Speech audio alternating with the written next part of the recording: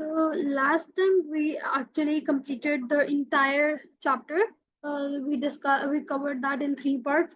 Now we are going to do some exam style questions for that.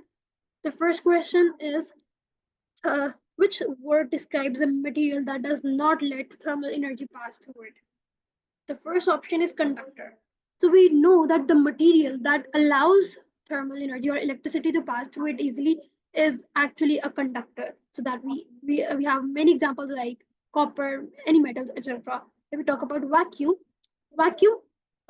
also let's pass because vacuum lacks matter to transfer the heat, but it's not a material itself. So the question asks for a material. So that's something we cannot really answer. So that maybe or maybe not an answer. Let's see more in the next one. Resistor. So about the resistor, resistor is usually used in when we are talking about electricity. So it's not really about the thermal energy. So we cannot really write this answer down. This is a very different context. So the right answer would be insulator because it is designed to the block the thermal energy itself. So that's why B is going to be the answer. Okay. Which states of matter can wait what? Exactly. Which states of matter can convection happen in? So convection can happen in solids and liquids. No, not in solids because that's conduction. Liquids and gases, definitely liquids and gases. We do know that. Okay. Now the third question is hot fluids rise. This can be this can be explained because as the fluid gets hotter, there is a decrease in the fluid's water. If we talk about the mass is not something that changes. So heating cannot change the mass itself, but mass remains constant. Okay, uh, and unless if there's a difference in the quantity of the gas or the fluid or liquid itself, then that's another thing. But usually it does not. If we talk about temperature, temperature does not decrease; it increase actually. So that's not the answer. And when we talk about the density, that's actually the correct answer because whenever the fluids heat up, their particles spread out. So, like when they get hot, their particles will uh, their particles will spread out in multiple ways. So that will happen that the density will reduce or decrease. So it has to be density, and the answer will not be volume because volume actually expands. And yeah, so that's why C will be the answer for this part. Moving on, question number 4. The diagram shows an electric. Okay. The diagram shows an electric water heater. So we can see that how does it work? Cold water in. Then this is a copper wall. This and then we have electric immersion heater. That's the heater inside. That's a wall, and then hot water is out from this portion. So the first question says that the copper wall is hot to touch. Okay, name the process by which thermal energy from the water passes through the wall. So that's a very simple answer. The process from where the thermal energy passes through the copper wall would be definitely conduction. Describe how a heater of at the bottom of the tank heats all the water in the tank. Okay, so water at the bottom is actually heated and then it expands. Okay, so we can see over here as well that the water is inside is come inside from this inlet. Okay, and then it expands. It is heated over here as it's a heater, so it is heated over here and then it expands and the hot water air rises and is replaced by cool water which is then heated, and then this convection current loop will go on forever. Okay, C part says the hot walls transfer thermal energy to the surroundings, suggest a way this thermal energy loss could be reduced. So we need to reduce it through the hot walls. So what we will do is we will layer the copper wall with some, mm, we can insulate it. So yeah, simply it's a 1 mark question as well.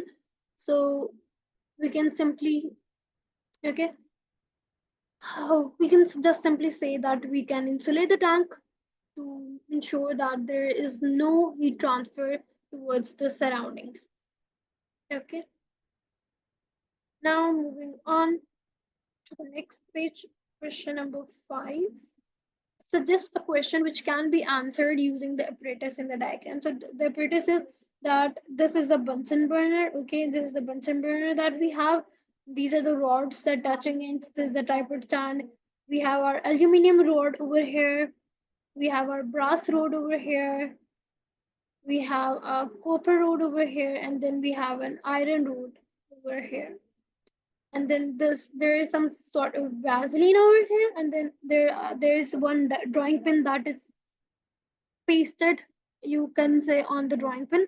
So the question is, explain which rod you will expect the following pin to fall from first. Describe two features. Describe two features of the experiment which make it a fair test. Okay. So about this question, firstly we have to see which one is the most, which one is the one that will stay the longest. Okay. Actually, we'll decide it through. Okay, the first part was actually the A part. Um, Suggest a question which can be answered using the apparatus in the diagram. So we have to suggest a question first. Um, let's do the B part first, actually. Okay. So the B part says, explain which rod you would expect the drawing pin to fall from first. It has to be the copper. Why? Because not iron. We know from iron and copper, copper has more thermal conductivity among the metal, and then brass and aluminum actually comes very low. So the question actually comes between iron and copper. So copper will win always because it has the highest, you can say, heat conductivity or thermal conductivity. Due to that, due to this factor, the Vaseline will melt the fastest, and the drawing pin will fall the first as well. Okay, then the C part says, describe two features of the experiment which make it a fair test. Okay, it is fair because if we notice that all of those rods are of the same length, like all of them have the same length, and if we notice that the if we notice about this thing, that you can see all of the rods that whose ends are being touched, all of them are receiving the same amount of energy. So same heat source, same or equal heat source, you can say, equal heat source is being provided. All right, so these are some points. Okay, about the question number A part. So if we suggest a question, um we can say something like, which metal rod will conduct heat the slowest, or which metal rod will conduct heat the fastest, or as the question was, explain which rod you would expect the drawing pin to fall from first. So we can ask an opposite question, that which rod you think that will fall the last. So there could be similar questions can be generated like that. Okay. Moving on to question number 6, which is not our last question. Actually, we have two more giant questions remaining, waiting for us. Okay, let me minimize it a little.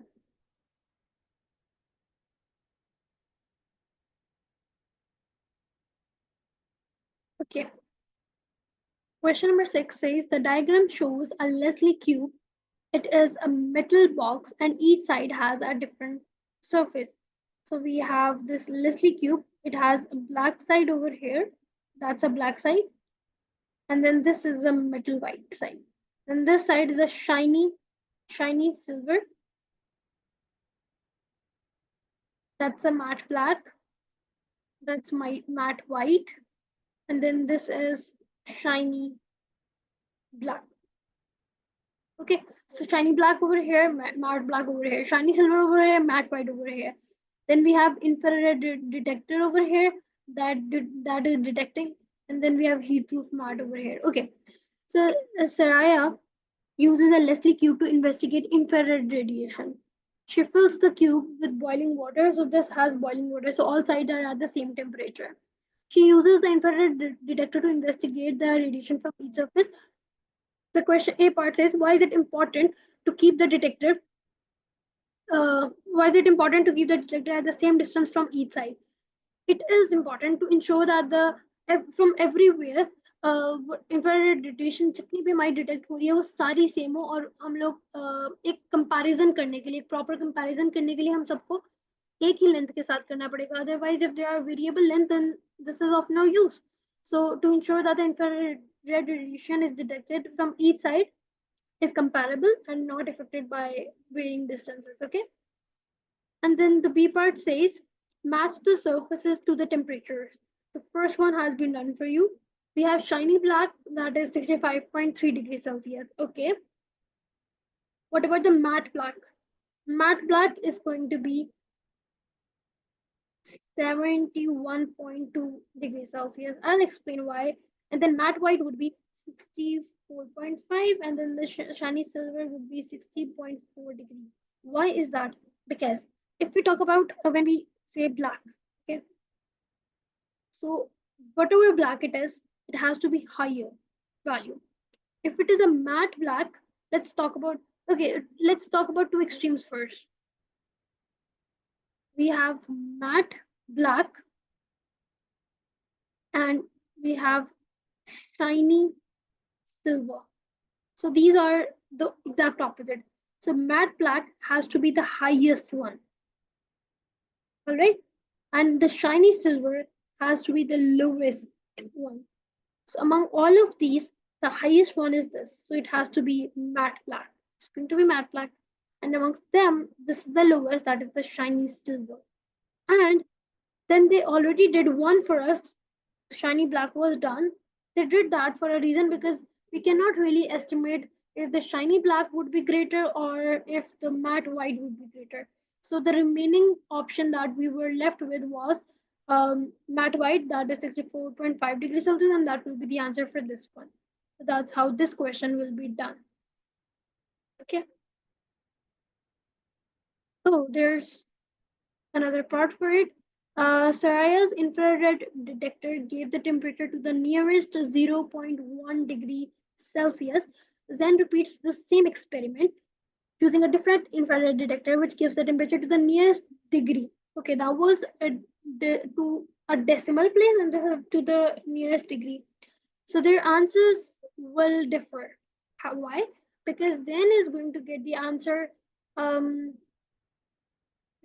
is going to get the answer from like he's going to get answer as 25 degrees Celsius, but Saraya is going to get answer as 25.1 degrees Celsius.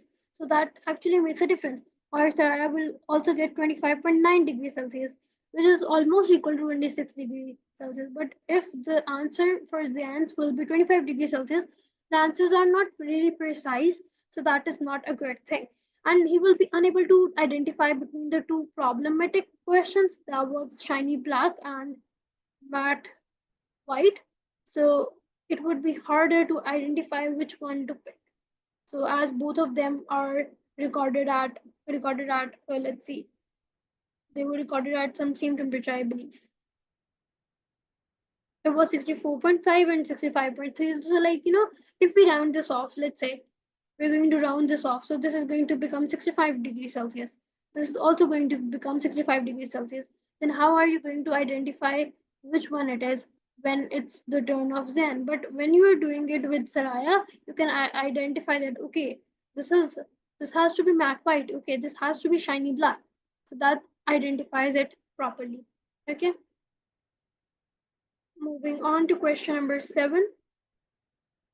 Some Some double glazed windows have a plastic frame and two pans of glass with a vacuum between them. Explain why plastic is used for the frame. Okay, So we use plastic because plastic provides a good insulation. We know that, and it is very cheap, so like it's a cost effective as well, and it does not require lots of maintenance and etc. The next part is name the type of thermal energy transfer which are stopped by the vacuum. So vacuum stops thermal energy transfer by the two things, because we know that uh, radiation needs radiation does not need any medium, so it cannot be radiation. So the remaining conduction and convection that can be reduced through vacuum. And about this last part, double glazing reduces thermal energy losses from a house. So describe two other ways to reduce thermal energy losses and state the type of thermal energy transfer which each reduces. Okay, so double glazing reduces उस समय बस ये बताया कि double glazing जो है वो reduce करती है थर्मल एनर्जी को हमारे घर से। और कौन से दो वेज हैं जिससे हम लोग थर्मल एनर्जी को लूज कर सकते हैं? हम लोग कैविटी वॉल्स को यूज कर सकते हैं, ठीक है। हम लोग इंसुलेशन कर सकते हैं in the walls, in the roofs, in the ceilings, ठीक है। और दिस और या फिर हम लोग एयर लीक्स जो हैं, जितने भी एयर लीक्स होंगे उनको हम से वो सील कर सकते हैं ताकि वहां से एयर जो है वो लूज ना हो। तो कैविटी वॉल से इंसुलेट कर सकते हैं, एयर लीक्स को सील कर सकते हैं। तो हम लोग ये जो कैविटी वॉल्स वाली चीज है ये तो कंडक्शन के थ्रू होगी ना डेफिनेटली, क्योंकि हमने उसको इंसुलेट किया, उसके अंदर चीज ऐड किया। एयर लीक्स को अगर हम सील कर रहे हैं तो हम इसको कन्वेक्शन से अवॉइड कर रहे हैं, तो हम लोग यहाँ से सेफ हो रहे हैं। तो these are the two types, ठीक है। और ये मैंने साथ में उनके बता भी दिया, कंडक्शन है और कन्वेक्शन है, ठीक है। Cavity walls will take care of conduction, insulation, and air leak seal will be dealt with convection. Okay. All right.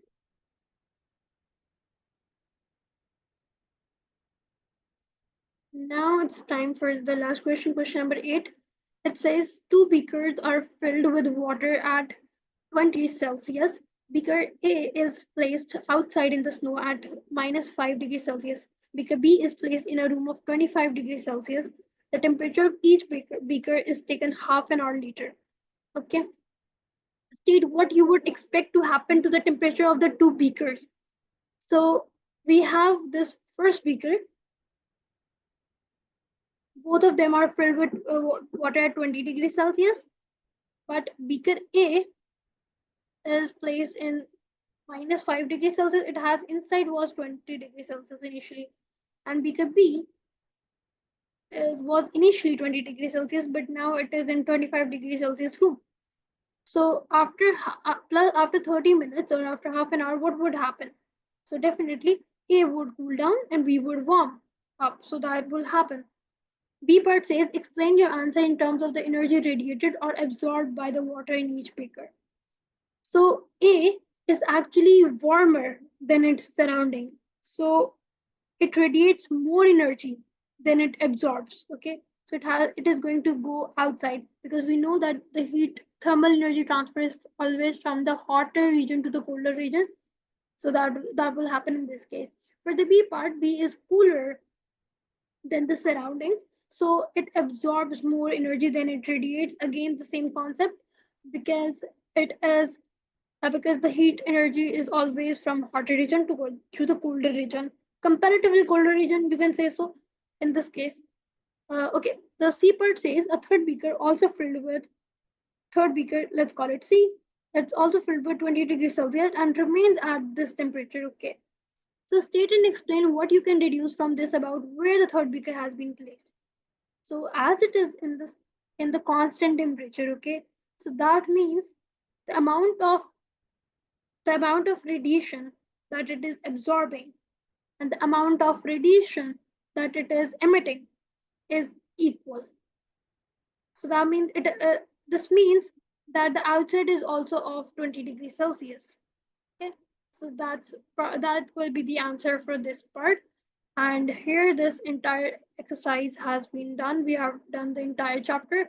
We have done the questions along with the chapter, and then we also discussed exam style questions, all of them.